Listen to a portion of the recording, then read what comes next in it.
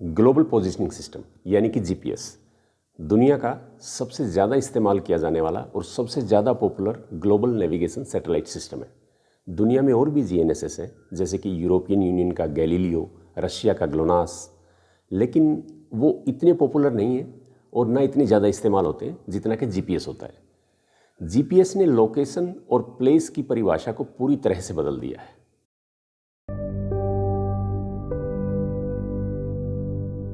GPS करता क्या है?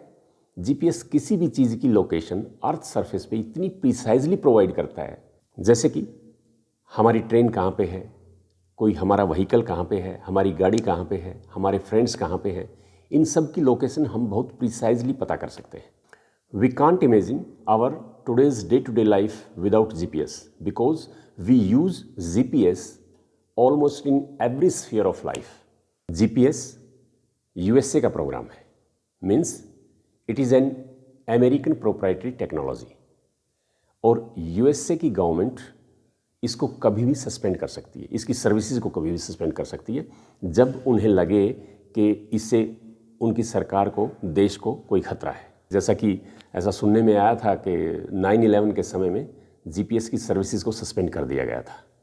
यूएस डिपार्टमेंट ऑफ स्पेस ने जीपीएस प्रोग्राम को 1973 में स्टार्ट किया था और उन्होंने जीपीएस का अपना फर्स्ट सैटेलाइट 1978 में लॉन्च किया। GPS program has 3 main components: space segment, control segment and user segment. GPS की जो मॉडर्न सैटेलाइट कॉन्स्टलेशन है उसमें 24 सैटेलाइट्स हैं जो अर्थ के चारों तरफ 6 ऑर्बिट्स में चक्कर लगाते हैं। हर एक ऑर्बिट में 4 सैटेलाइट्स हैं और 6 ऑर्बिट्स हैं, तो कुल 24 सैटेलाइट्स हैं। हर एक सैटेलाइट दिन में 2 बार पृथ्वी का चक्कर लगाता है। According to altitude from earth surface हम ऑर्बिट्स को 3 भागों में डिवाइड कर सकते हैं। लो अर्थ ऑर्बिट मतलब up to the height of 2000 kilometers, जिसमें सारे के सारे remote sensing satellites, earth observation satellites और कुछ साइंटिफिक ऑब्जर्वेशंस के लिए जो सैटेलाइट्स होते हैं वो लो ऑर्बिट में पृथ्वी के चारों तरफ चक्कर लगाते हैं। सेकंड, मीडियम अर्थ ऑर्बिट, जिसमें सारे जीपीएस सैटेलाइट्स जो हैं वो पृथ्वी के चारों तरफ चक्कर लगाते हैं। मीडियम अर्थ ऑर्बिट का एल्टीट्यूड 2000 किलोमीटर से लेके और 20,200 किलोमीटर्स तक है। High earth orbit means up to the height of 36,000 kilometres from the surface of earth. सारे geo stationary satellites high earth orbit में होते हैं। कोई भी 3 जियो स्टेशनरी सैटेलाइट्स पूरी अर्थ की कवरेज प्रोवाइड करते हैं। इसीलिए जियो स्टेशनरी सैटेलाइट्स हमारे को अर्थ सरफेस से सिर्फ एक ही जगह पर स्थिर दिखाई देता है। जियो स्टेशनरी सैटेलाइट्स की स्पीड अर्थ की रोटेशन स्पीड के इक्विवेलेंट होती है। जियो स्टेशनरी सैटेलाइट्स कम्युनिकेशन और वेदर फोरकास्टिंग के काम आते हैं, इसीलिए हमारे रेडियो, टीवी, फ़ोन जियो स्टेशनरी सैटेलाइट्स की वजह से चलते हैं। आपने देखा होगा कि आपके घरों में आपकी डिश टीवी की एंटीना जो होती है वो एक ही डायरेक्शन में होती है। Next is a control segment, और कंट्रोल सेगमेंट में जो ग्लोबल नेटवर्क है ग्राउंड बेस्ड कंट्रोल स्टेशंस और एंटीनाज का जो इन 24 सैटेलाइट्स को ट्रैक करते हैं वो आता है। जीपीएस का master control station Schriever air force base Colorado और alternate masters control station Vandenberg air force base California में है। और नेक्स्ट सबसे इंपॉर्टेंट यूज़र सेगमेंट यानी कि हम जो जीपीएस का इस्तेमाल करते हैं। हम जीपीएस का इस्तेमाल बहुत सारी फील्ड्स में करते हैं, like agriculture, construction, urban planning, surveying, logistics, search and rescue, air travel, metrology, seismology, military operations etcetera. GPS हमारे फ़ोन में है, जीपीएस हमारी रिस्ट वॉच में है, जीपीएस हमारी गाड़ियों में है, जीपीएस हमारे जूतों में है। Everything is equipped with GPS. अब बात करते हैं कि जीपीएस काम कैसे करता है। हमने देखा कि जीपीएस के 24 सैटेलाइट्स हैं 6 ऑर्बिट्स में जो पृथ्वी के चारों तरफ चक्कर लगाते रहते हैं।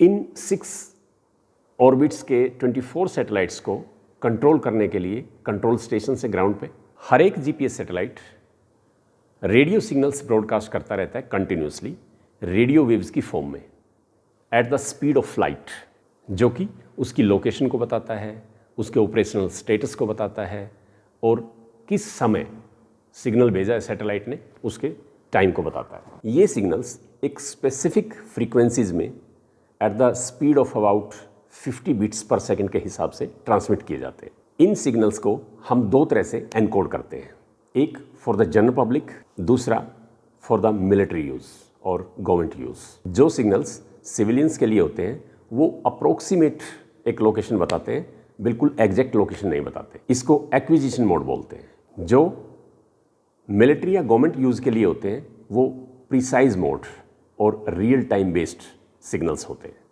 और किसी भी चीज़ की लोकेशन बहुत प्रिसाइजली बताते हैं। जब हम जीपीएस रिसीवर के साथ अर्थ सरफेस पे कहीं भी खड़े होंगे तो हम एटलीस्ट 4 सैटेलाइट्स के सिग्नल्स को रिसीव कर सकते हैं, जिससे कि हम 4 डायमेंशंस में अपनी लोकेशन को कैलकुलेट कर सकते हैं, 3 in terms of space and 1 in terms of time.